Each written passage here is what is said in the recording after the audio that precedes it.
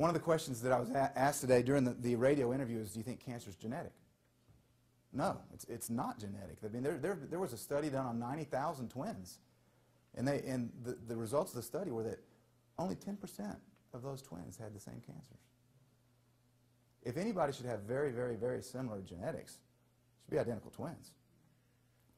So, and also if you think about it like this, 100 years ago, cancer is unknown. 2009, 1 in 3, 1 in 2. Have our genetics changed in 100 years? No, genetics don't change like that. They don't change that quickly. Small changes over long periods of time, not evolution, but small changes. But not in 100 years to where it goes from literally being unknown to 1 in 3. One more quick example of spin. Half an hour gone. Okay. You guys are still doing okay? You're awake all right?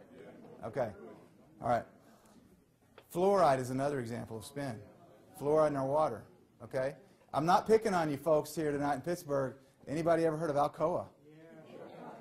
Okay? That's the start of fluoride in the water.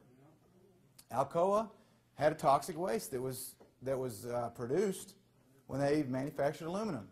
So it was manufacturing aluminum byproduct toxic waste. They're having to pay a fortune to dump it, toxic waste dumps. Now they did turn the fluoride into rat poison and insecticide for a while before they started dripping it in our water. Okay? Because that's the main ingredient in rat poison, fluoride.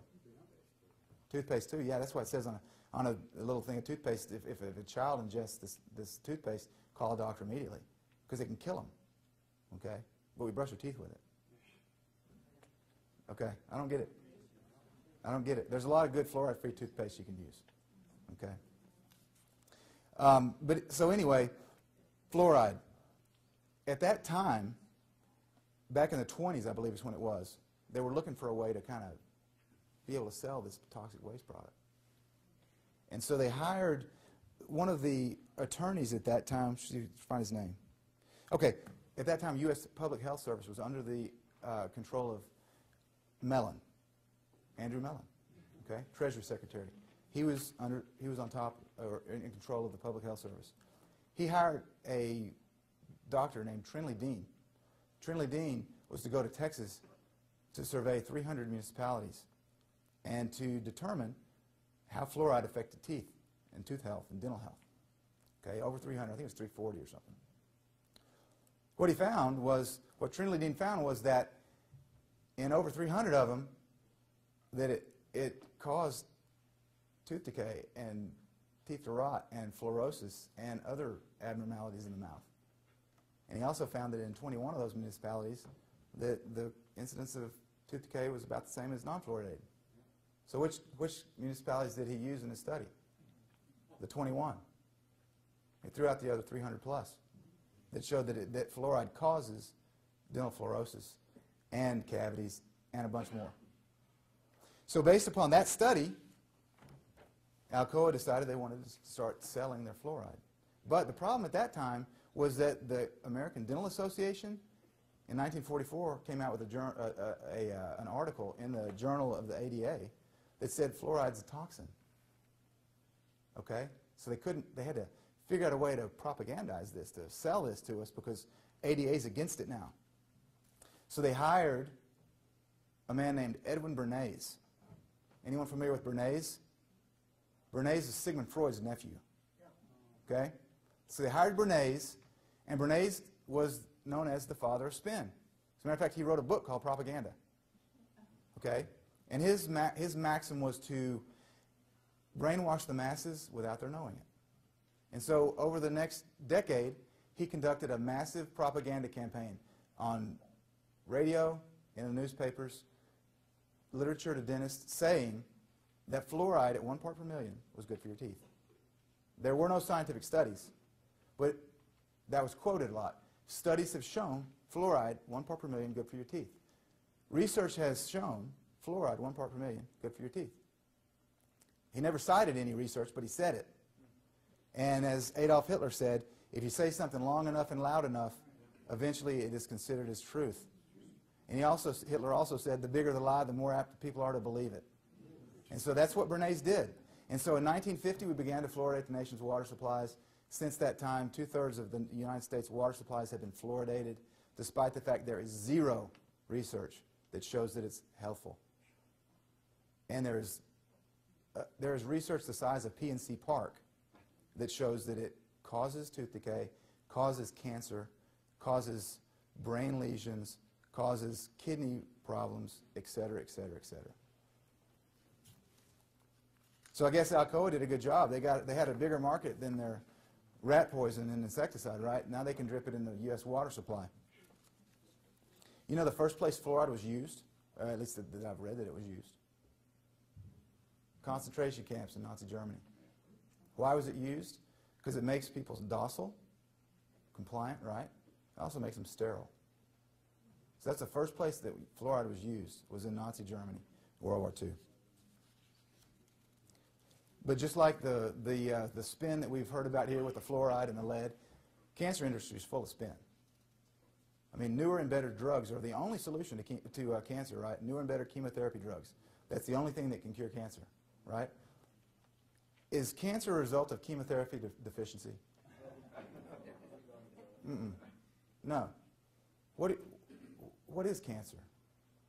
I'll get to that in a few minutes. Okay, but there's a lot of spin going on to plug chemotherapy drugs. Because why? Because they sell the best. It's money and greed.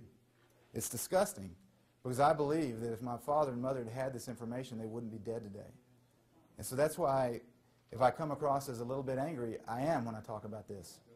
Okay, because I'm very passionate in the fact getting the truth out. People deserve to know the truth. If you want to treat your cancer with chemo and radiation, that's fine. You have a choice. I hope you live through it. If you want to use alternative treatments, you deserve to know the truth. You deserve to have that option. You don't deserve to have to steal your own kid and have police all over the nation looking for you in a manhunt on Fox News today because you took your kid. It's none of their business. I've often likened the cancer industry to the slave industry 200 years ago, right? How did the plantation owners in the South keep slaves? They kept them ignorant. They wouldn't let them read, right?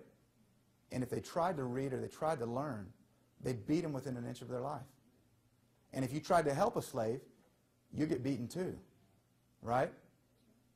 Because they knew that if the slaves gained knowledge, that was power.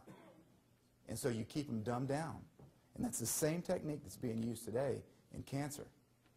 Because the pharmaceutical industry, which is like the slave masters for 200 years ago, they want a residual stream of income from every one of our bodies. And a cancer patient is a residual stream of income.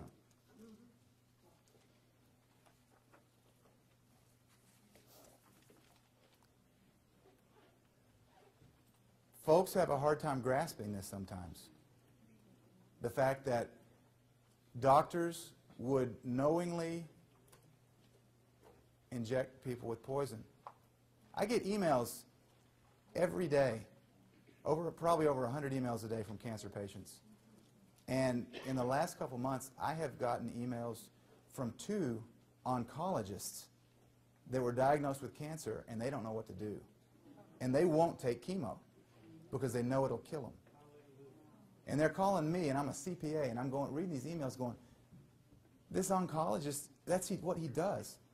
That's like me emailing a doctor and saying, hey, I got to put together this income statement and balance sheet. I'm not really sure what these are. That's what I do. I understand accounting. But oncologists don't understand cancer because they won't take it themselves. Survey that I was telling Carol about earlier in McGill Cancer Clinic in Montreal, Canada, which is the equivalent of Sloan Kettering Cancer Institute here. It is the cancer clinic in Canada. 78 oncologists were surveyed, and they were asked if they or their family member were diagnosed with cancer, what would they do? 58 of them said they would not take chemo. That's 73%. So do they know something we don't know? To me, that's hypocritical. That's criminal. Because they won't do it themselves, but they willingly inject it into children every day. It's the same with vaccinations. Don't get me started on vaccinations.